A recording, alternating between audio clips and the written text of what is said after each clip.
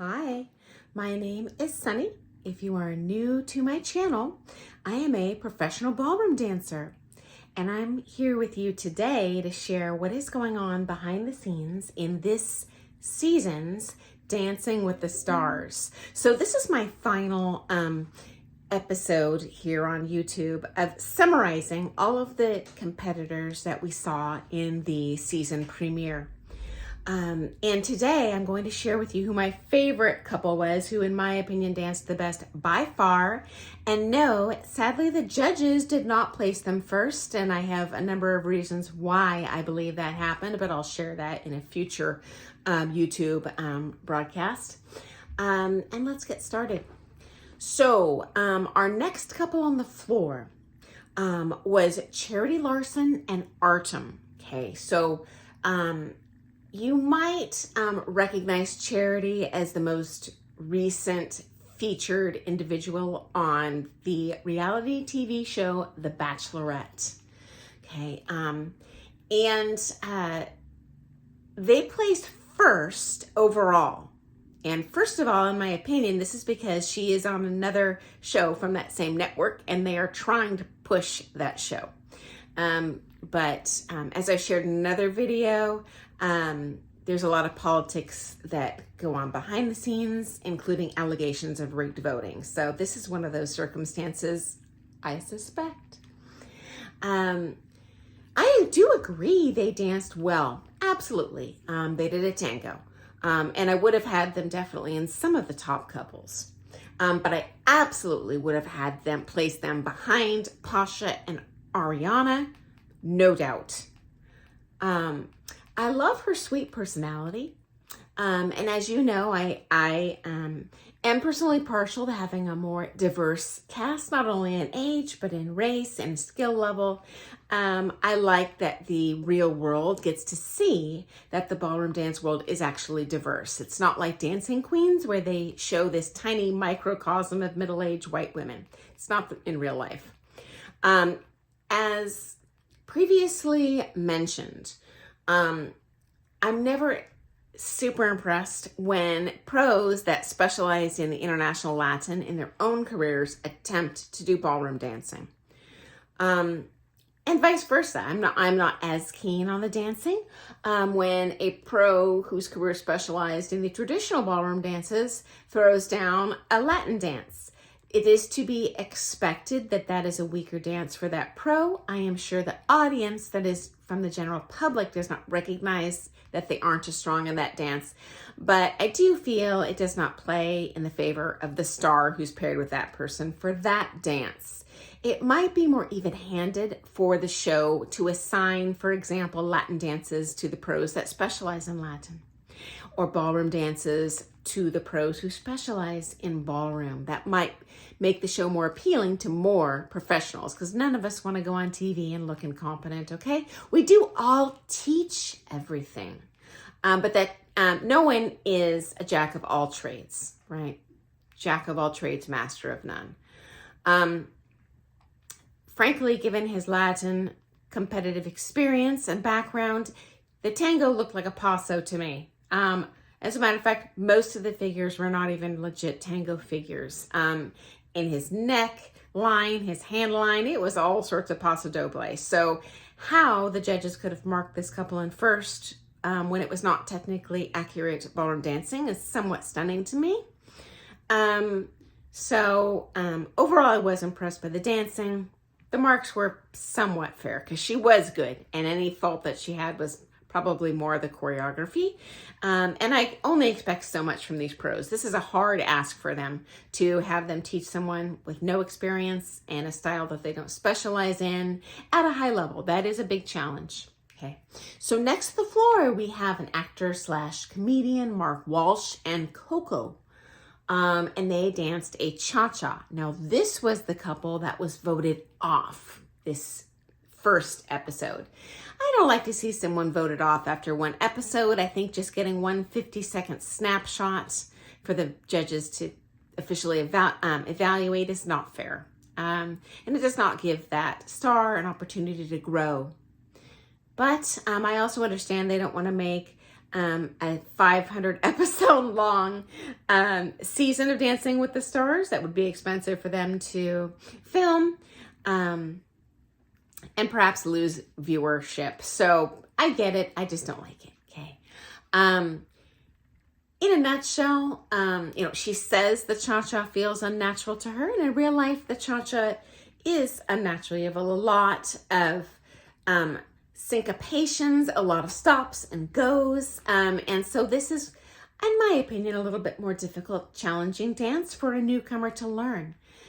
So it's interesting to me that some of these stars lucked out with very easy dances to start off the season, and others kind of got thrown under a bus with a harder dance. Okay, that includes those dancers that were assigned tango. That's a tough dance. Okay. Overall, I was impressed that he, as the star, actually did lead some of the figures. So she wasn't back leading him through everything, and that is impressive. Okay. Also, I liked that she didn't just dance around him the whole time. The show really was about both of them and his dancing. So I think Coco did a wonderful job choreographing for his weaknesses. And I felt they were a little underrated. Even with all fours they were given, I think the judges were still saying nice things just to make him not feel bad. But he did still tie for last. And I wouldn't have had him that much off of there, okay? Interestingly, this is the only competitor in this whole premiere where the audience booed when they showed his marks, which tells me perhaps he did have some audience appeal. So ironic he was voted off, but for whatever reason, the audience liked him, judges didn't. Hey, that happens. Even in real competitions, sometimes that happens. You can't win everything, okay? Anyway, I was disappointed to see them voted off, mostly because she's the only Asian cast member. But it was pretty fair. Okay, our final couple to the floor was Ariana Maddox, who I am not familiar with. Apparently, she's on a reality TV show called Vanderpump Rules. And her partner, Pasha. And Pasha is my closest of friends, of everyone that's on the current kind of pro dancers featured on the show. So first of all, going in, I was rooting for them. Although now that I've seen them dance, they deserved higher marks. I do not care that they tied for second. They deserved first by a long shot in so many ways. I also think they have probably one of the have the biggest potential possibly of all of the couples so far, not only because of the dancing, but because Pasha is a 10 dancer. He's pretty competent in both the Latin and the ballroom dances. And Ariana is on a reality show, Vanderpump Rules, so I suspect her fan base is going to be more likely to watch a reality show like Dancing with the Stars. Hence, she'll get more of those call-in votes, which are supposedly half of the marks. I can see that Pasha was quite nervous, and he knows they danced great coming out of that number. But he drew the short straw in that he danced last. So, as I just said, half the votes are tallied with viewer call-ins and votes. So, Ariana and Pasha dancing last, I timed it. If you finished watching their number and called in, you had 2.5 minutes to get through and cast your vote before the voting was cut off. If you watched one of the first couples, you had up to 1 hour and 45 minutes to call in and cast your vote. This is totally unfair for the people at the tail end of this program. At a minimum, I wish this show would extend the voting time overnight, but I also understand there's something to be said for audience appeal and that immediate feedback loop of, hey, I called in, now I get to see the results. So I suspect their allegations, previous allegations, certainly no legal things going on, but allegations of artificially rigged results. And if they are, this might actually partially make it more fair. It would be nice if they could at least factor in that some of these other couples literally had exponentially more time for their fan base to call in. I also suspect that the show strategically placed Ariana and Pasha last because they want to build up to a crescendo of decent dancing. And they also knew, hey, he's going to be voted in because he was quite a bit better. And he and Ariana were quite a bit better than the other couples. So perhaps that was a strategic move. I'm not really sure, but I suspect.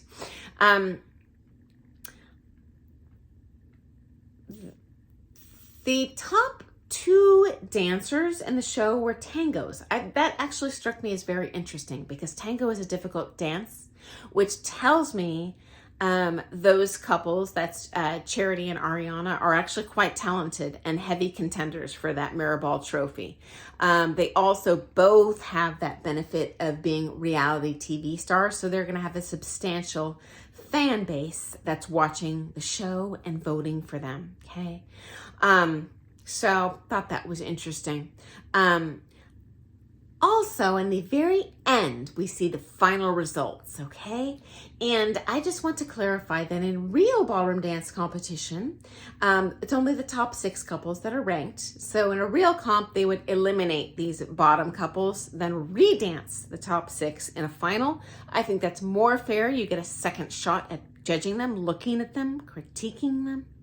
And then in a real ballroom dance competition, when the final 6 are placed, they announce lowest to highest mark. So in 6th place, couple 357. In 5th place, and on Dancing with the Stars, it's kind of the opposite elimination. Now, they do not tell you exactly where people placed, other than when the judges are holding up, their marks.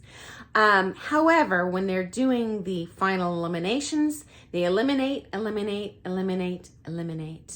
And then the worst, lowest votes couple is then announced when they're the last one standing.